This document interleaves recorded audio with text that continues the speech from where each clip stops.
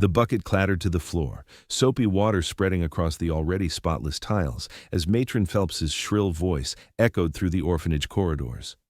"Worthless girl! You are only good for scrubbing floors, Katherine Mills, nothing more and nothing less."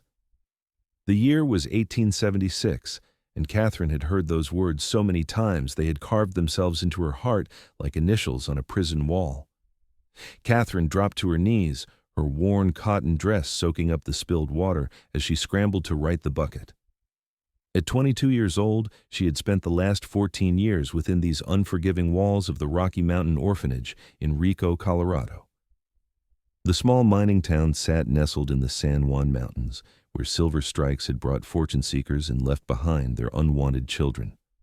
Katherine had been one of them, abandoned when fever took her parents during an outbreak that decimated half the mining camp. "I am sorry, Matron," Katherine whispered, keeping her eyes fixed on the floor. Her auburn hair, once vibrant and full of life, hung in a limp braid down her back. Years of inadequate food and endless labor had left her too thin, though her features still held a delicate beauty that no amount of hardship could completely erase. Matron Phelps, a large woman whose pinched face seemed permanently twisted in disapproval, stepped closer until her polished boots nearly touched Katherine's trembling hands. "Sorry means nothing. You have been here longer than any child should be. Most girls find positions by 18, but you? Too clumsy, too quiet, too plain. No one wants you in their household, no man wants you as a wife. You will scrub floors here until you die, mark my words." The other children had learned long ago not to interfere when Matron Phelps unleashed her cruelty on Katherine. They scattered like mice, disappearing into dormitories and closets. Only little Emma, a 6-year-old with golden curls, peeked around the corner with tears in her wide blue eyes. Katherine had become like a mother to Emma and several other young ones, the only tenderness they knew in this harsh place. That evening, as Katherine lay on her narrow cot in the attic room she shared with 3 other older girls who mostly ignored her, she stared at the wooden beams overhead and wondered if the matron was right. Perhaps she truly was worthless, fit only for the endless cycle of washing, scrubbing, mending, and cooking that filled her days. The other girls her age had found positions as housekeepers, shop assistants, or wives. But Matron Phelps had turned away every potential employer who inquired about Katherine, always finding some fault to mention, some reason why Katherine was unsuitable. The truth, which Katherine had slowly realized over the years, was that Matron Phelps needed her. Katherine worked harder than any 2 people combined, and the matron paid her nothing beyond the same meager food and shelter provided to the children. It was a form of bondage dressed up as Christian charity. Sleep came fitfully, and Katherine woke before dawn as she always did. She dressed in the same faded gray dress, splashed cold water on her face from the basin, and descended the narrow stairs to begin preparing breakfast for 30 children and the matron. Her hands moved through the familiar motions of stoking the fire, mixing batter, slicing bread. The repetitive work allowed her mind to wander to forbidden places, imagining a life beyond these walls, a life where someone might value her for more than her ability to scrub floors. 3 weeks later, everything changed. Jacob Rawlins rode into Rico on a horse the color of midnight, leading a pack mule loaded with furs and supplies. He stood well over 6 feet tall, with shoulders broad enough to block out the sun and arms that showed the kind of strength that came from years of surviving in the wilderness. His dark hair fell past his collar, and a thick beard covered the lower half of his weathered face. At 30 years old, he had spent the last decade living in the high country, trapping beaver and marten, hunting elk, and avoiding civilization as much as possible. But winter had been brutal, and he needed supplies he could not make or trade for in the scattered camps of other mountain men. More than that, he needed something he had been denying for years, human connection, a reason to come down from the mountains for good. He tied his horse outside the general store and noticed the orphanage across the street, a large wooden building that seemed to hunker against the mountainside like something ashamed of itself. Children's faces appeared briefly in windows before being pulled away. Something about the place set his teeth on edge, though he could not say why. Inside the store, Jacob purchased flour, salt, coffee, and other staples. The shopkeeper, a talkative man named Henderson, seemed eager for conversation. "You are the mountain man who has that cabin up near Lizard Head Pass, are you not?" Henderson asked as he wrapped the purchases. That would be me, Jacob replied, his voice rough from disuse. He spoke rarely in the mountains, sometimes going weeks without saying a word aloud. Fine furs you brought in. The buyer from Denver will pay top dollar for those beaver pelts. Henderson leaned across the counter, lowering his voice. You ever think about settling down? Town could use more strong men. Silver mines are playing out, but there is still opportunity for those willing to work. Jacob shrugged, uncomfortable with the question. He had left settlement life behind after losing his parents and younger brother to a Comanche raid in Texas. The mountains had become his refuge, but lately they felt more like a prison of his own making. I will think on it, he said, gathering his parcels. As he stepped outside, a commotion drew his attention to the orphanage. The front door burst open, and Matron Phelps dragged a young woman by the arm, shoving her down the steps. The woman stumbled but did not fall, catching herself with the kind of grace that suggested years of practice at recovering from rough treatment.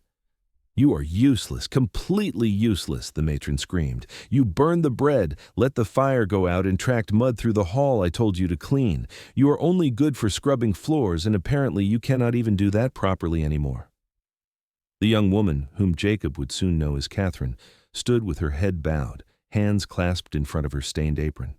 Her lips moved, probably apologizing again for sins real or imagined.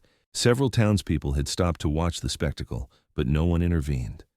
This was apparently common enough to draw spectators, but not helpers. Something in Jacob's chest tightened.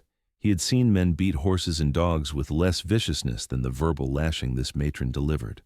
Without thinking it through, he found himself crossing the street, his boots thudding against the packed dirt. Madam, he said, his voice cutting through the matron's tirade. That is enough. Matron Phelps whirled to face him, her face flushed with rage. This is none of your concern, sir. This girl is under my care, and I will discipline her as I see fit. Jacob looked past the matron to the young woman. She had raised her eyes just enough for him to see their color, a striking green that reminded him of pine needles after rain. Those eyes held pain, but also something else, a spark of defiance not quite extinguished by years of cruelty. In that moment, something fundamental shifted in his chest.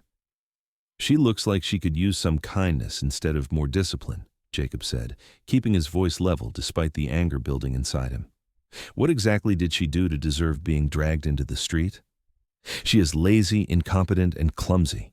She has been here for 14 years, eating my food and taking up space, giving nothing back but inferior work. The matron's voice had taken on a hysterical edge. She is only good for scrubbing floors, and barely that. Jacob took a step closer, using his considerable size to his advantage. He was not a violent man by nature, but he knew how to make himself intimidating when necessary. Seems to me that if she's been working for you for 14 years, she has given back plenty. You get paid by the county for each child here, do you not? The matron's face went from red to purple. How dare you? I run a Christian establishment. These children would starve without my charity. Does not look much like charity from where I stand. Jacob turned his attention fully to Katherine. What is your name, miss? Katherine's voice came out barely above a whisper. Katherine Mills, sir. How old are you, Katherine? 22, sir. Jacob felt his anger deepen. 22 was well past the age when anyone should be held in an orphanage. You are a grown woman, not a child. Why are you still here? Before Katherine could answer, Matron Phelps interjected. She has nowhere else to go, no skills, no family, no prospects. I keep her out of Christian duty, despite her many failings. I have skills, Katherine said suddenly, her voice gaining strength. I cook, clean, sew, tend gardens, care for children, manage households. I do all of that here, every single day. Poorly, the matron shrieked. You do it all poorly. Jacob had heard enough. He addressed Katherine directly, ignoring the matron entirely. I have a proposition for you, Katherine Mills. I live up in the mountains, in a cabin that has not seen a woman's touch in 10 years.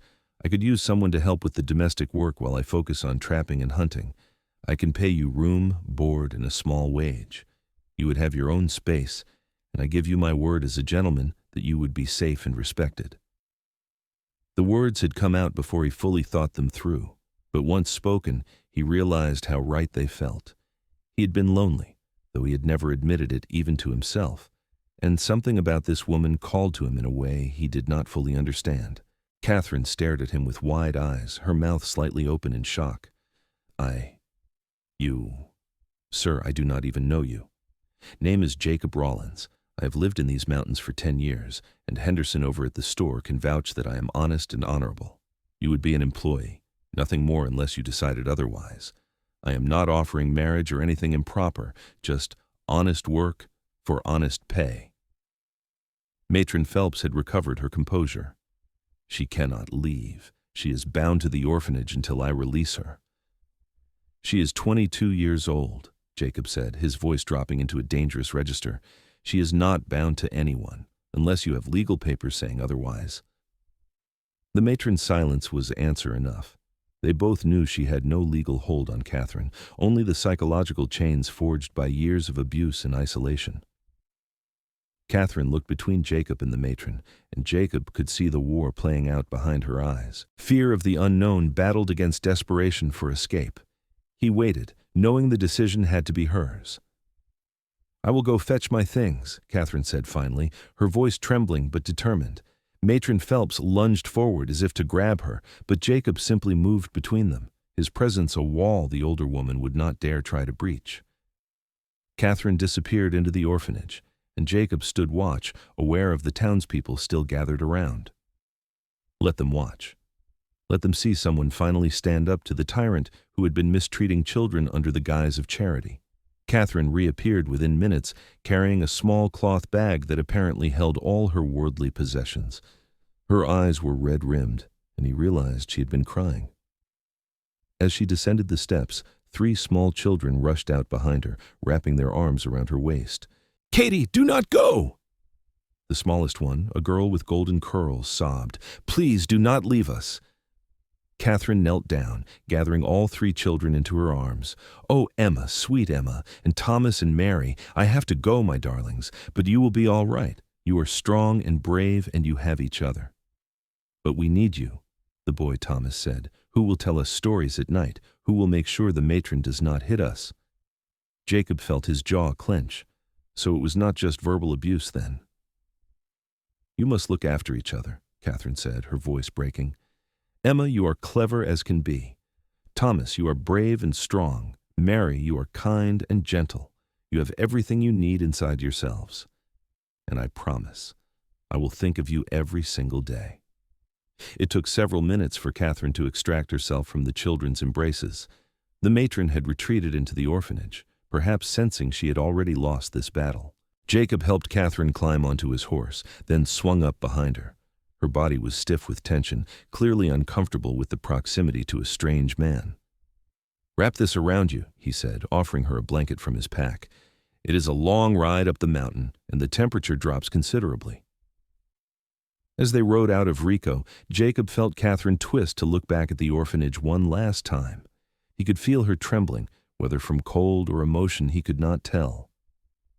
"You did the right thing," he said quietly. "You deserve better than that." She did not respond, but after a few minutes he felt her relax slightly against him. The horse knew the way home, and Jacob focused on holding the reins loosely, trying not to think about how right it felt to have this woman sitting in front of him, how her scent, despite the harsh lye soap she must have used, carried a hint of something sweet and distinctly feminine. The ride took 4 hours, climbing steadily into the high country. They passed through stands of aspen and pine, crossed crystal streams running with snowmelt, and startled a small herd of elk grazing in a meadow. Jacob pointed out landmarks as they went, partly to orient Katherine, and partly to fill the silence that had grown heavy between them. "That peak there is Lizard Head. My cabin sits in a valley just below it. There's a stream running past the door, a barn for the horse and mule, and a root cellar that stays cool year-round. The cabin itself is one large room, with a loft for sleeping. I will rig up a curtain to give you privacy." "You really live up here all alone?" Katherine asked, her voice small against the vast wilderness surrounding them. "I do. Sometimes I run into other trappers, and I go down to Rico 3 or 4 times a year for supplies. But mostly it is just me and the mountains." "Why?" The question was simple, but the answer was not. Jacob took his time responding. "Lost my family when I was 20. Raiders killed my parents and younger brother while I was out hunting. I came home to find them gone. After that, I could not stand being around people, seeing families, hearing children laugh. It hurt too much. So I came up here where the only thing that could hurt me was the weather and wild animals. Seemed safer somehow. Katherine turned her head slightly, and he caught a glimpse of her profile. I'm sorry for your loss. I know what it is like to lose family. The fever outbreak of '62? Yes, one day I had parents who loved me, a home, a future.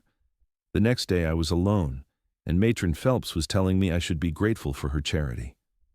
She was wrong, Jacob said firmly, about everything she said about you. You are not worthless, and you are certainly good for more than scrubbing floors. Katherine did not respond, but he felt her relax a bit more against his chest. The cabin came into view as they crested a ridge. It sat in a small valley surrounded by towering pines, with a clear stream running past the front door. Smoke should have been coming from the chimney, but the place had been empty for the 3 days Jacob had been in Rico. The logs were weathered but solid, and the roof looked secure. It was simple, rough, and utterly isolated. Jacob helped Katherine dismount, noticing how her legs wobbled after the long ride. She had probably never ridden a horse for more than a few minutes before today. Come inside and sit while I tend to the animals, he said. There should still be wood by the fireplace. Do you know how to start a fire? Yes, sir. Jacob, just call me Jacob. I've never been comfortable with formality. She nodded, clutching her small bag as she approached the cabin door. Jacob watched her disappear inside before leading his horse and mule to the small barn. As he removed the saddle and began brushing down the animals, he wondered what exactly he had done.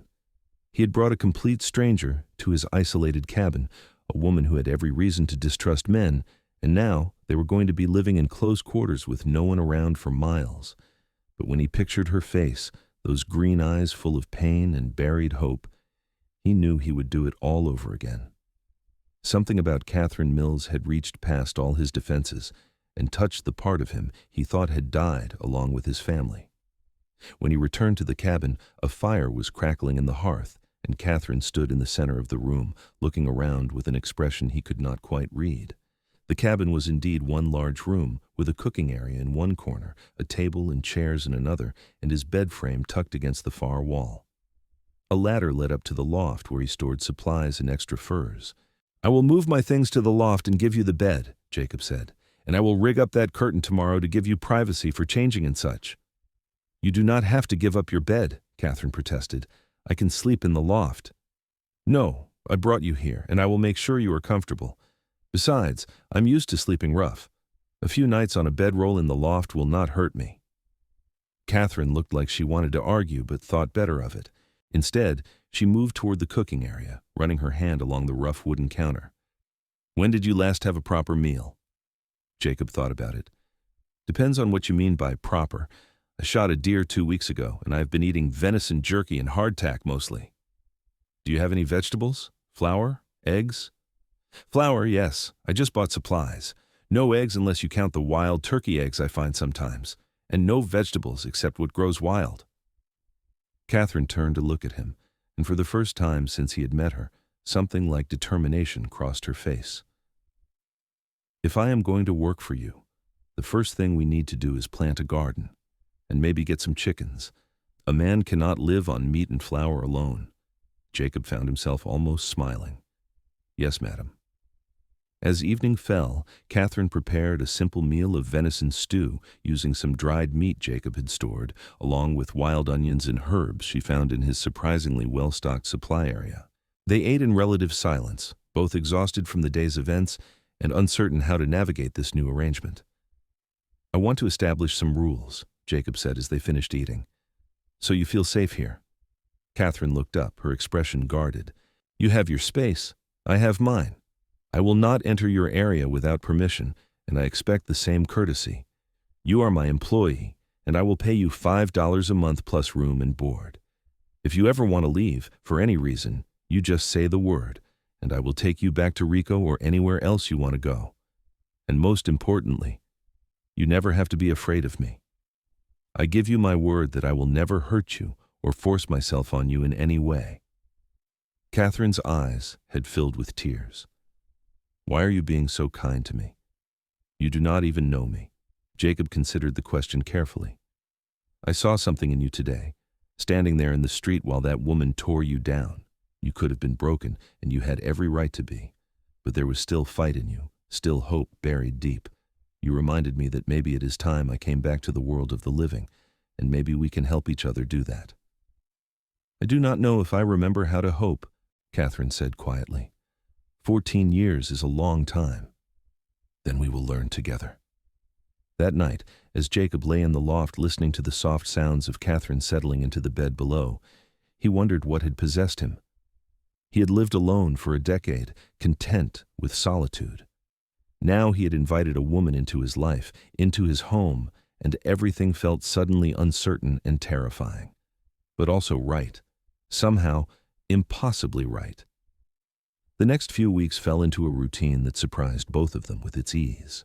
Katherine proved to be everything the matron had said she was not: skilled, hard-working, and intelligent. She cleaned the cabin thoroughly, organized his chaotic supplies, mended his clothes, and cooked meals that made him realize how much he had been merely surviving rather than living.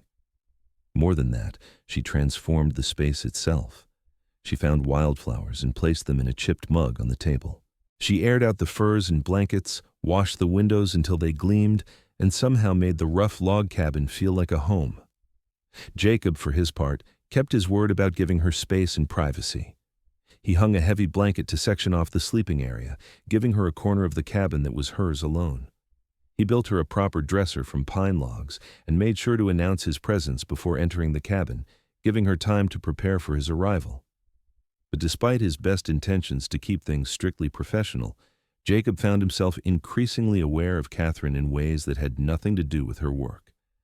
The way she hummed softly while cooking, the grace of her movements as she went about her tasks, the rare smiles that lit up her face when something pleased her. She was beautiful, he realized, though years of mistreatment had taught her to hide that beauty behind plain dresses and a bowed head. One morning, about 3 weeks after Katherine's arrival, Jacob came in from checking his trap lines to find her kneeling in front of the cabin, marking out a large rectangle in the dirt. "Garden plan?" he asked. She looked up, shading her eyes against the morning sun. "Yes. If we plant now, we can have vegetables by late summer. Potatoes, carrots, beans, squash, maybe even some corn if the season is long enough." Jacob crouched beside her, studying the layout she had drawn. "You know farming? My father had a garden before he died. I remember helping him plant and weed, and the orphanage had a large garden that I tended for years. Matron Phelps said I had a gift for growing things, though she usually said it like it was a character flaw."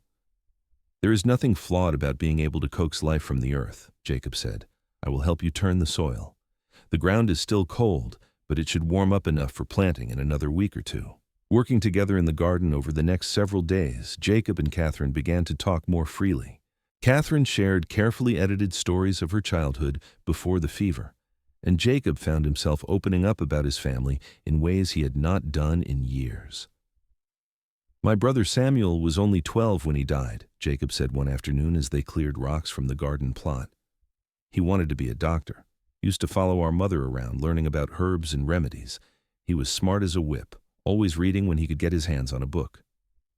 "What would he think of you now, living up here in the mountains?" Katherine asked gently. Jacob paused, leaning on his shovel. "I think he would understand why I left, but he would be disappointed that I stayed away so long. Samuel always saw the best in people, even when they did not deserve it. He would tell me I was wasting my life hiding from my grief." "Are you? Hiding from grief?" "I was, but maybe not anymore." He looked at her directly, and their eyes met and held for a moment before Katherine looked away, color rising in her cheeks. The attraction between them was growing stronger each day, though neither acknowledged it openly. Jacob found himself making excuses to stay near the cabin rather than spending days at a time checking distant trap lines. Katherine put extra care into her appearance, washing her hair more frequently and wearing the better of her 2 dresses more often. One evening, after a supper of roasted rabbit and the first spring greens Katherine had foraged near the stream, Jacob pulled out a worn harmonica he kept in his pack. "Do you mind music?" he asked. "I would love to hear some," Katherine said, her face brightening. Jacob played slowly at first, rusty from lack of practice, But his fingers remembered the melodies his mother had loved, sweet and sorrowful tunes that spoke of longing and loss. Katherine closed her eyes, swaying slightly in her chair, and Jacob watched her face transform as the music washed over her. When he finished the last note, Katherine opened her eyes and he saw tears on her cheeks. "That was beautiful," she whispered. "I'd forgotten how much I missed music. We never had any at the orphanage except for hymns on Sunday, and Matron Phelps had a terrible voice."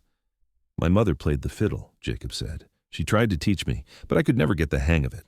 The harmonica was easier." "Would you play something happier? Something people might dance to?" Jacob obliged, launching into a lively jig. Without thinking, he stood and held out his hand. "Dance with me?" Katherine hesitated only a moment before placing her hand in his. It was the first time they had touched beyond accidental brushes while working, and Jacob felt electricity shoot up his arm at the contact. He led her in a simple country dance, spinning her around the small cabin while he attempted to play and dance at the same time. They both ended up laughing breathlessly, Katherine's face flushed and genuinely happy for the first time since he had known her. "I cannot remember the last time I danced," Katherine said, still holding his hand. "Maybe never. The orphanage did not allow such frivolity." "Then we will have to do it more often," Jacob said. He realized he was still holding her hand and reluctantly released it. The loss of contact felt like a physical pain. That night, lying in the loft, Jacob admitted to himself what had been growing clearer each day. He was falling in love with Katherine Mills. Her strength, her gentleness, her resilience, her quiet beauty, all of it called to something deep in his soul. But he had promised her safety and respect, promised that she was just an employee. How could he tell her his feelings had changed without making her feel trapped? She had nowhere else to go. If he declared himself, and she did not return his feelings, she would feel obligated to leave, or, worse, to accept him out of gratitude or fear. The ethical dilemma kept him awake long into the night.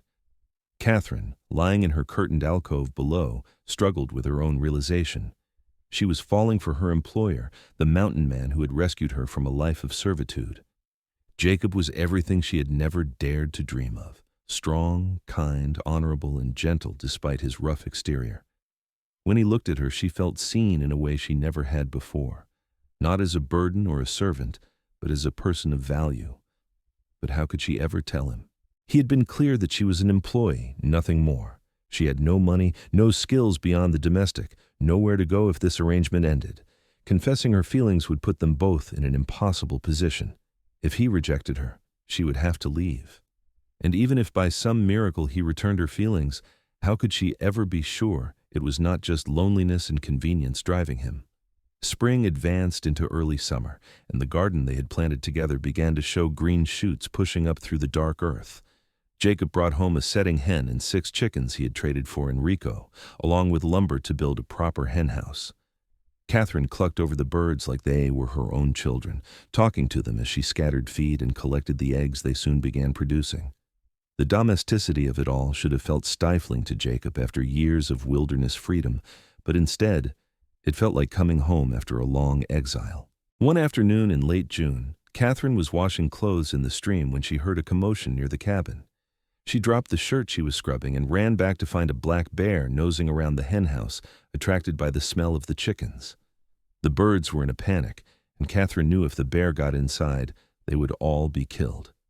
Without thinking, she grabbed a pot and wooden spoon and began banging them together while shouting at the top of her lungs, "Get out of here! Go on, get!" The bear, a young male not yet fully grown, startled at the noise and turned toward her. For a terrifying moment, Katherine thought she had made a fatal mistake. Then Jacob appeared from the tree line, his rifle raised. He fired a shot into the air, the report echoing off the mountains, and the bear bolted into the forest. Jacob ran to Katherine, who was shaking so hard she dropped the pot. "Are you insane?" he shouted, grabbing her shoulders. "You never approach a bear. You could have been killed." "The chickens," Katherine stammered. "I could not let it kill the chickens." "The chickens are not worth your life." Jacob pulled her against his chest, his heart pounding so hard she could feel it through his shirt. "God, Katherine, you scared me half to death." She realized he was holding her, really holding her, his arms wrapped tightly around her as if he could shield her from all danger. Slowly, she raised her arms and hugged him back, feeling the solid strength of him, the warmth of his body, the way his breath stirred her hair. "I am sorry," she whispered. "I did not think. I just reacted." Jacob pulled back just enough to look down at her face. His hands came up to cup her cheeks, and Katherine saw something in his eyes that made her breath catch. "I cannot lose you," he said roughly. "Do you understand? I cannot lose you." "Jacob," she breathed, and then his mouth was on hers. The kiss started gentle, almost tentative, as if he was afraid she might pull away. But Katherine rose on her toes and kissed him back with all the longing she had been suppressing for weeks. His arms tightened around her, and the kiss deepened, becoming urgent and desperate. All the walls they had carefully maintained between them came crashing down in that moment. When they finally broke apart, both breathing hard, Jacob rested his forehead against hers. "I am sorry. I should not have done that. I promised you that you would be safe here, that I would not force myself on you." "You did not force anything," Katherine said, her hands fisted in his shirt. "I wanted you to kiss me. I've wanted it for weeks now." "You have?" Jacob pulled back to search her face. "Katherine, I need you to be honest with me. Do you have feelings for me, or are you just grateful that I brought you here?" "At first, maybe it was gratitude," Katherine admitted. "But Jacob, it has been so much more than that for a while now. You make me laugh. You make me feel valued. When you look at me, I do not see pity or disdain in your eyes. I see respect and something else, something that makes me hope for things I thought I would never have." "Like what?" His voice was soft, his thumb stroking her cheekbone with infinite tenderness. "Like love. Like a real home. Like a future that is not just an endless line of floors to scrub." Jacob closed his eyes, his expression almost pained. "I love you, Katherine.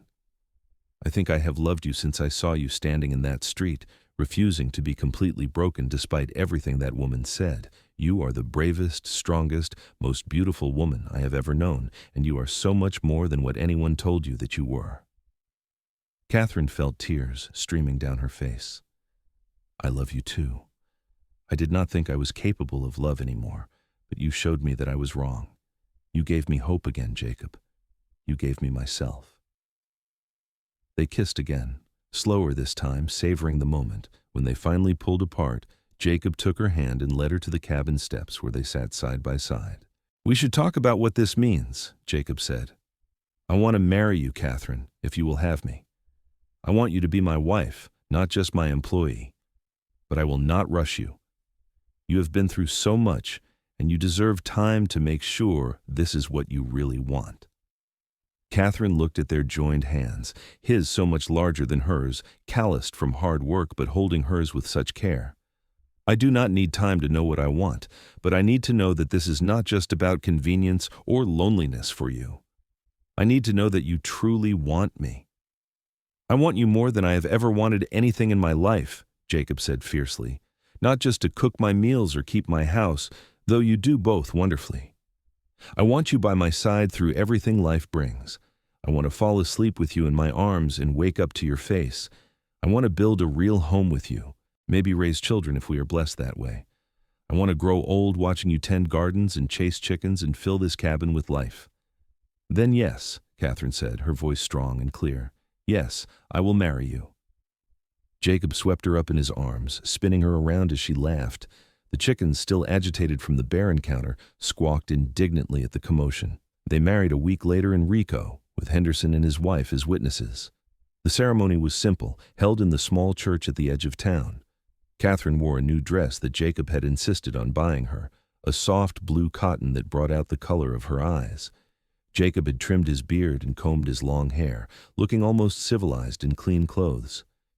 As they spoke their vows, Katherine caught sight of Matron Phelps standing at the back of the church, her face twisted with anger and something that might have been jealousy.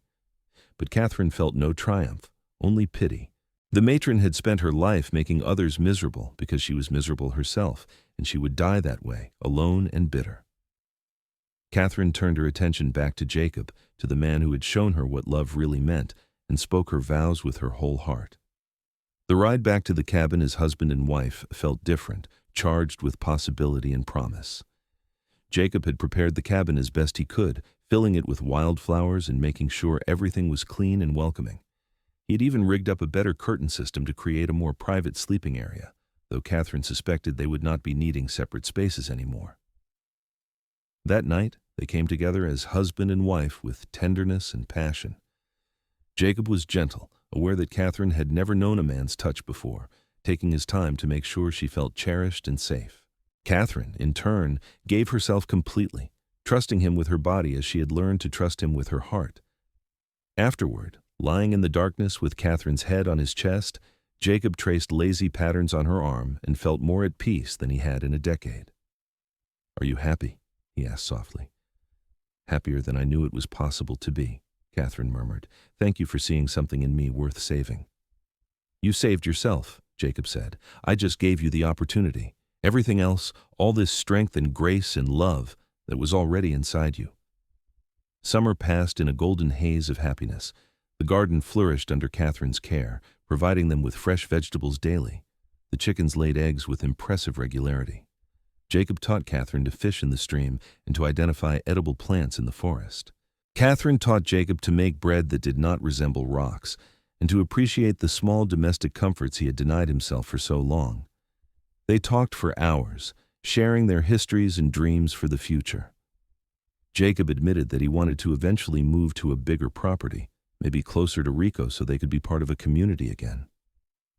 Katherine confessed her desire to help other orphans, to somehow make a difference for children in situations like she had been in. One evening in late August, as they sat outside watching the sunset over the mountains, Katherine spoke quietly. "I think I might be pregnant." Jacob's head whipped around so fast she heard his neck crack. "You think? Are you sure?" "Not completely sure, but I have missed my monthly courses, and I have been feeling queasy in the mornings. It could just be something I ate, but I think it is more than that."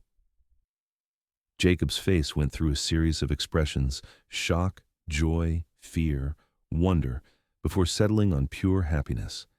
He pulled her into his lap, cradling her gently as if she might break. "A baby. We are going to have a baby." "Are you happy about it?" Katherine asked, suddenly uncertain. They had never specifically talked about children, though he had mentioned them during his proposal. "Happy does not begin to cover it," Jacob said. "Terrified, yes, but mostly grateful. You have given me so much already, Katherine. You brought me back to life, and now you are giving me a family again." Katherine felt tears prick her eyes. "I'm scared too. What if I am not a good mother? What if I end up like Matron Phelps, cruel and bitter?" "That will never happen," Jacob said firmly. "You have too much love in your heart. You showed that every day at the orphanage, caring for those children even when it cost you. Our child will be loved beyond measure, I promise you that." The pregnancy was confirmed when they made a trip to Rico and saw the town's doctor. Katherine was due in late March or early April. Jacob immediately began making preparations for the baby, building a cradle from pine and trading for soft fabrics Katherine could use to make blankets and clothing. As autumn arrived and the aspen trees turned gold, Katherine's belly began to swell with new life. She had never felt more beautiful or more cherished. Jacob treated her like she was made of glass, constantly worrying that she was overdoing it, insisting she rest more, and let him take over the heavier chores. One crisp October afternoon, as Katherine was hanging laundry to dry, she saw 3 small figures approaching on foot. Her heart leaped as she recognized them: Emma, Thomas, and Mary from the orphanage. "Katie!" Emma screamed, breaking into a run. The other 2 followed, and Katherine barely had time to brace herself before they crashed into her, all 3 talking at once. "What are you doing here?" Katherine asked, kneeling down despite her growing belly to hug them properly. "How did you find me?" "We ran away," Thomas said proudly. "Matron Phelps got even meaner after you left, and she hit Emma with a strap for spilling milk.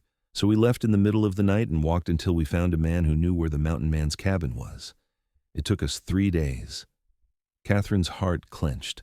These children, none older than 8, had walked for 3 days through wilderness to find her. "You must be exhausted and starving. Come inside, let me feed you." Jacob emerged from the barn where he had been repairing a stall. He took in the scene with his characteristic calm and simply nodded. "I will ride to Rico and let them know the children are safe. We can sort out the rest after they have had food and rest." Over bowls of soup and fresh bread, the children told their story. Matron Phelps had indeed become worse after Katherine left, taking out her anger on the remaining children. The woman who came weekly to check on the orphanage had seen evidence of abuse and was working to have Matron Phelps removed, but these three had not been able to wait. "We thought maybe you could take us in," Mary said hopefully. "We would work hard and not be any trouble." Katherine looked at Jacob, who had returned from Rico with the news that the sheriff and the county inspector were coming the next day to discuss the situation. Her husband's face was unreadable. "Can we talk privately for a moment?" Jacob asked. Katherine followed him outside, worried about what he might say. "I know what you are going to ask," Jacob said before she could speak, "and the answer is yes." "Yes?" Katherine repeated, not daring to hope. "Yes, we can keep them. All three, if that is what needs to happen. We will need to build an addition to the cabin, and it will be chaotic with a baby on the way and 3 children underfoot. But Katherine, I saw your face when those kids appeared. They need you, and I think you need them too." Katherine threw her arms around his neck, kissing him soundly. "Thank you. Thank you so much.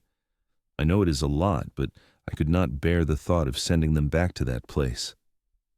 "They are not going back," Jacob said firmly, "not if I have anything to say about it." The county inspector arrived the next day, a stern older woman named Mrs. Harrison. She interviewed the children separately, examined the marks on Emma's back from the strap, and listened to Katherine and Jacob's account of conditions at the orphanage.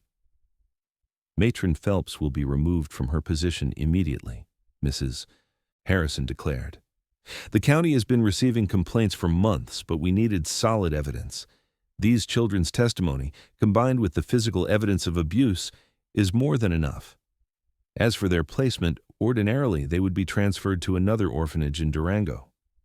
However, if you are willing to take them on, I can approve immediate foster placement with the possibility of adoption." "We will take them," Katherine and Jacob said simultaneously. Mrs. Harrison allowed herself a small smile. "Very well.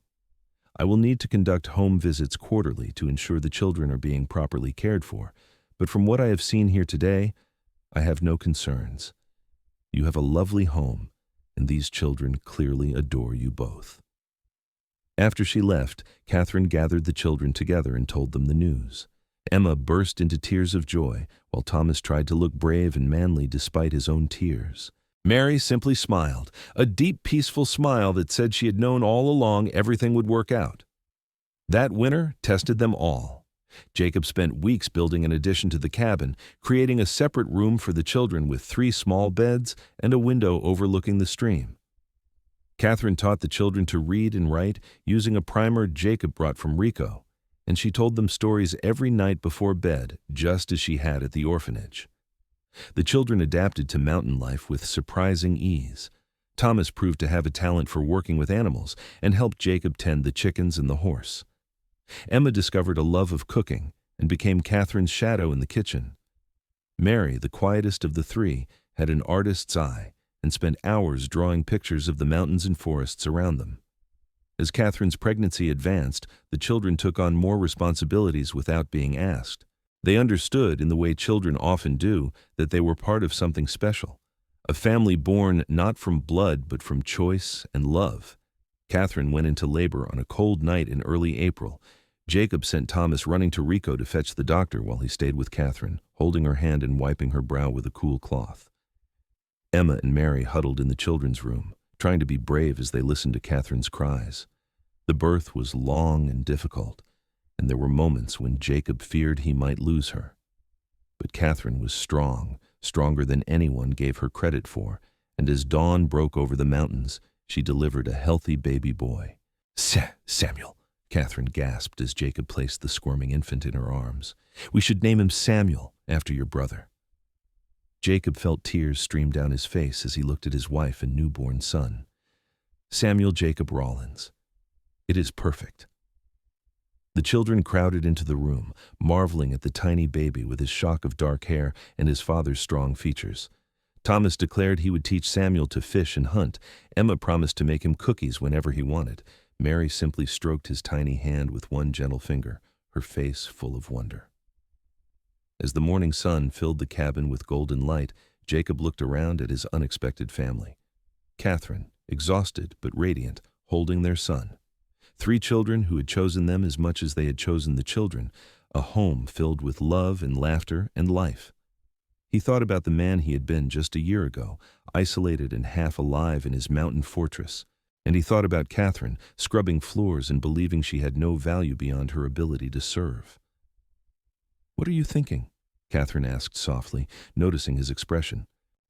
"I am thinking that Matron Phelps was wrong about everything," Jacob said. "She said you were only good for scrubbing floors.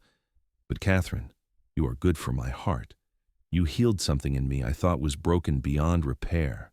You gave me back my life, my faith in people, my ability to love. You gave me a family." Katherine reached for his hand, lacing her fingers through his. "We gave each other those things.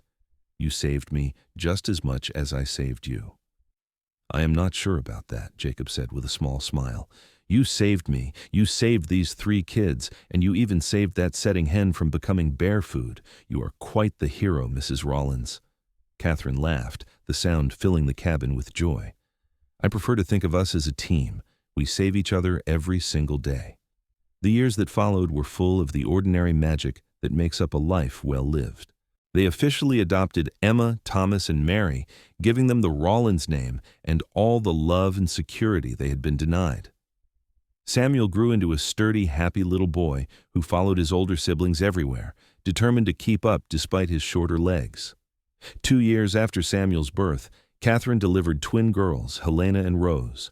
The cabin had to be expanded again, and Jacob eventually bought the property adjacent to his own, increasing their land holdings significantly.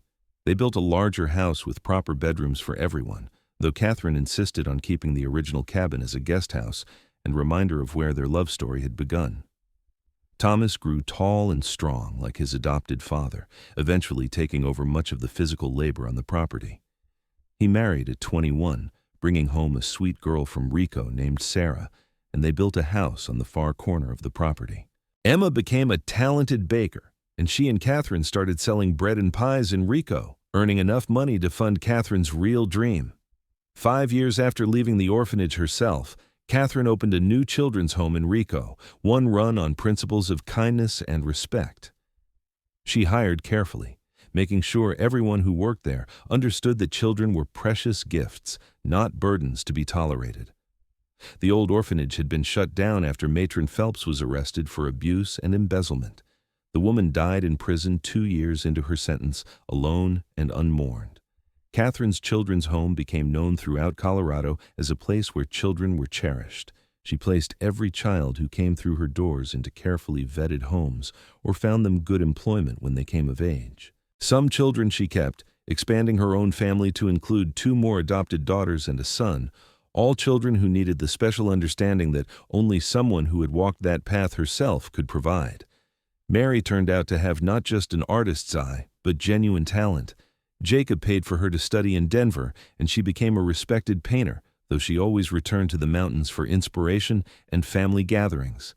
Her paintings of the San Juan Mountains hung in galleries across the West, but her favorite works were the ones that decorated the Rawlins family home, capturing moments of everyday love and beauty. Jacob never returned to his solitary trapping ways. Instead, he found purpose in building things. Homes for his growing family, the children's home for Katherine's dream, barns and schools and churches for the growing town of Rico. His strength and skill were legendary, but what people talked about most was the obvious devotion between him and his wife. On their 20th wedding anniversary, Jacob and Katherine stood on the porch of their home, watching their various children and grandchildren play in the yard. Samuel, now a young man of 19, was teaching his youngest sister to skip stones in the stream. Thomas's twin boys were climbing trees under Emma's watchful eye. Mary had come home from Denver with her new husband, an artist like herself, and they sat sketching the family scene together. "Do you ever regret it?" Katherine asked, leaning against Jacob's solid frame. "Giving up your quiet mountain life for all this chaos?" Jacob wrapped his arms around her, resting his chin on top of her head. "Not for one single second. The mountains were beautiful, but they were just a hiding place. You brought me back to life, Katherine, you and all these children we have been blessed with." "I never imagined this could be my life," Katherine said softly. "When I was scrubbing floors and listening to the matron tell me I was worthless, I could not have dreamed this much happiness existed in the world." You were never worthless, Jacob said fiercely, even after all these years still angry at the woman who had tried to break his wife's spirit. You were always extraordinary. You just needed someone to see it. We saw it in each other, Katherine corrected. That is the real gift, I think, not just being seen, but learning to see the truth in ourselves. Jacob turned her in his arms so he could look into her face. 20 years of love and laughter had only made her more beautiful in his eyes. The gauntness was long gone, replaced by the healthy glow of a woman well-loved and well-fed. Her auburn hair, now threaded with a bit of silver, was still her crowning glory. But it was her eyes that captivated him most, those green eyes that had first caught his attention in a dusty street in Rico. They sparkled with joy and peace, no longer shadowed by pain and fear. "I love you, Katherine Rawlins," he said. "You are good for so much more than scrubbing floors. You are good for my heart, for these children's hearts, for everyone whose life you touch. You are a force of nature wrapped up in a deceptively small package." Katherine laughed and kissed him, still delighting in the freedom to show affection whenever she wanted. "And you, Jacob Rawlins, are the mountain of a man who showed me what love really means, strong enough to be gentle, powerful enough to be kind." "Gross," Samuel called from the stream. "Do you two have to kiss all the time?" "Yes," Katherine and Jacob called back in unison, making their son groan dramatically while his siblings laughed. As the sun set over the mountains, painting the sky in shades of orange and gold, the Rawlins family gathered for supper. The table had to be extended with extra boards to accommodate everyone, and the noise level was tremendous as multiple conversations happened simultaneously. Children argued good-naturedly over who got the last roll. Adults discussed town news and family plans. Babies fussed and were soothed. It was chaos. It was imperfect. It was everything Katherine had never dared to hope for, and everything Jacob had thought he had lost forever. After the meal, as they did most evenings, Jacob pulled out his harmonica and played while the family sang together. The children begged for the story of how their parents met, even though they had heard it 100 times before. "Tell about when Papa rescued Mama from the mean lady," little Rose pleaded. Katherine exchanged a glance with Jacob and smiled. "Well, it started on a day when I thought my life would never change." As she told the story, simplifying it for the younger children, Katherine marveled at the strange and wonderful way life unfolds. One moment of courage from a mountain man, one moment of brave choice from a broken girl, and everything had changed. Not just for them, but for all these children who now had a home and a family. Later that night, after all the children were finally asleep and the house had settled into peaceful silence, Katherine and Jacob lay in their bed with the window open to let in the cool mountain air. The sound of the stream running past the house had been a constant soundtrack to their life together, and neither could imagine sleeping without it. "What are you thinking about?" Jacob asked, stroking her hair. "Everything," Katherine said. "The way our lives have turned out, how one day can change everything, how love can heal wounds you thought were permanent." "It is pretty remarkable," Jacob agreed. "Sometimes I wake up and have to remind myself it is all real, that you are really here, that we really built this life together." "It is real," Katherine assured him, taking his hand and placing it over her heart so he could feel it beating. All of it. Every beautiful, chaotic, wonderful moment. "Any regrets?" he asked. Katherine thought about it seriously, as she always did when he asked that question. "I regret the suffering those children endured at the orphanage before we could help them. I regret the years I lost to fear and believing lies about my own worth. But the experiences that led me to you? No, I cannot regret those, because they made me who I am. They taught me empathy and resilience. They gave me the strength to build something better for the children who came after. You are an amazing woman, Katherine Rawlins. We are an amazing team, Jacob Rawlins. Never forget that part." They fell asleep in each other's arms as they had every night for 20 years, secure in the love they had built together. Years continued to pass, bringing the changes that time always brings. Children grew up and started their own families. Jacob's hair turned from dark brown to silver, though he remained strong and vital well into his 60s. Katherine's face gained lines around her eyes and mouth, lines earned from years of smiling and laughing. The children's home Katherine founded continued to thrive, and she trained a younger woman to eventually take over so she could focus more on her growing family. Emma's bakery became famous throughout the region, and she eventually opened a second location in Durango. Thomas became a rancher and landowner in his own right, though he always remained close to his parents. Mary's paintings hung in museums and private collections across the country, but she never forgot where she came from or who had given her the freedom to pursue her dreams. Samuel, their firstborn biological child, became a doctor, fulfilling the dream his namesake uncle had held. He opened a practice in Rico and provided medical care to the entire region, often for little or no pay when families were struggling. He married a teacher named Rachel, and they had 4 children who called Katherine and Jacob Grandma and Grandpa with the same enthusiasm as all the other grandchildren. On a summer day, 43 years after Jacob had first walked across that street in Rico to defend a stranger, he and Katherine sat on the porch of their home, watching the sunset over the mountains they both loved. They were both in their 60s now, still healthy and active but aware of time's passage. "It has been a good life," Jacob said, reaching for Katherine's hand. "The best life," Katherine agreed. "Better than I ever dreamed possible." "Do you remember what Matron Phelps said about you? That you were only good for scrubbing floors?" Katherine smiled. "I do. But I also remember what you said, that I was good for your heart." "You still are," Jacob said, "every single day. You're the best thing that ever happened to me, Katherine.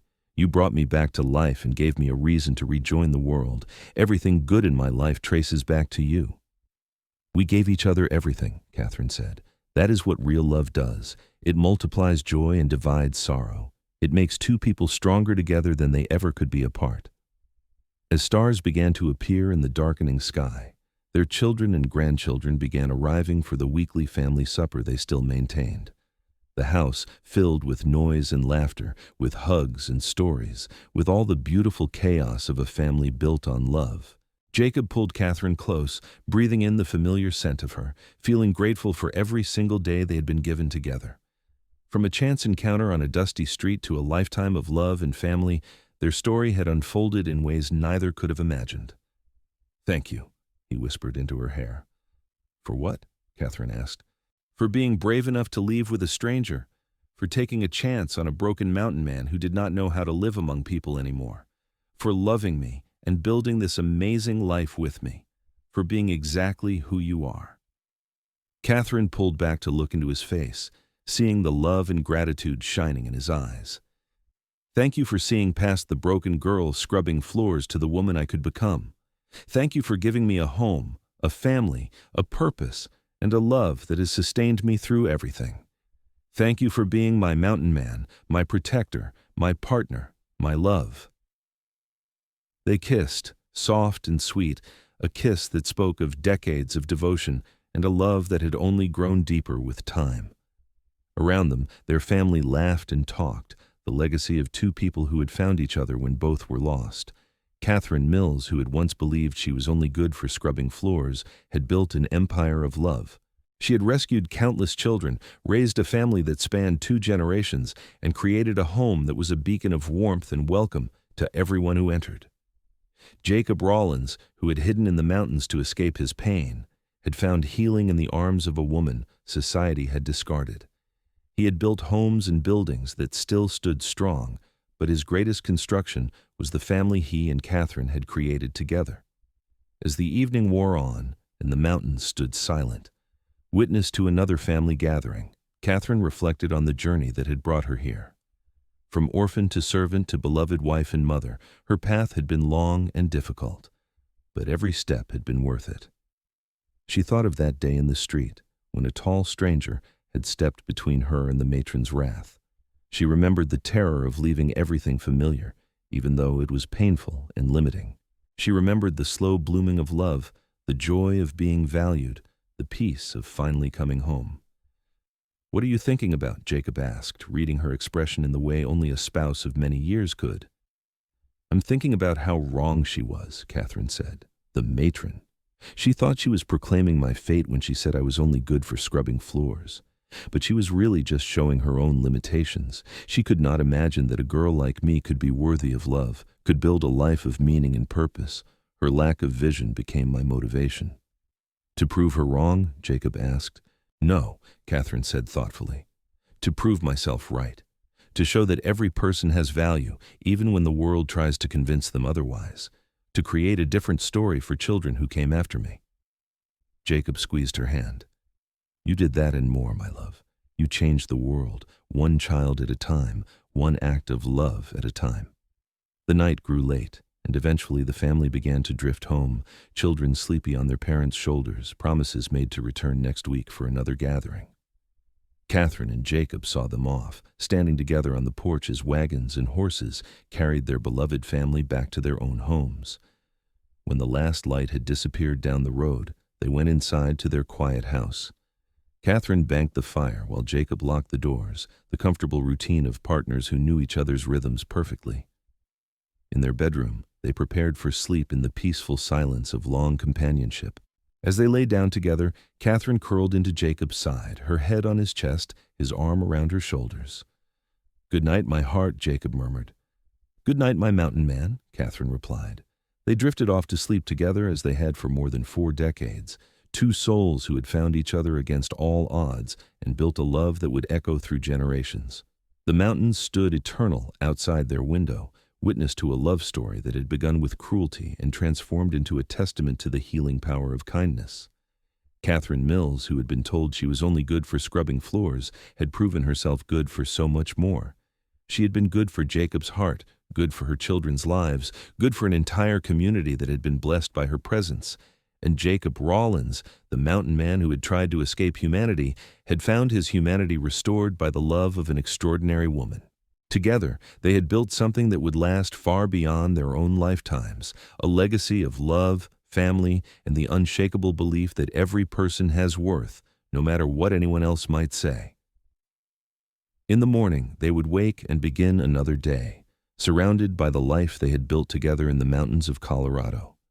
There would be grandchildren to spoil, work to be done, meals to share, and the 1,000 small joys that make up a life well lived. But for now they slept peacefully in each other's arms, two hearts beating as one, the scrub woman and the mountain man who had found in each other everything they had been missing. Their story, which had begun with words of cruelty, had been rewritten into a tale of love triumphant, proving once and for all that the matron had been wrong about everything that mattered.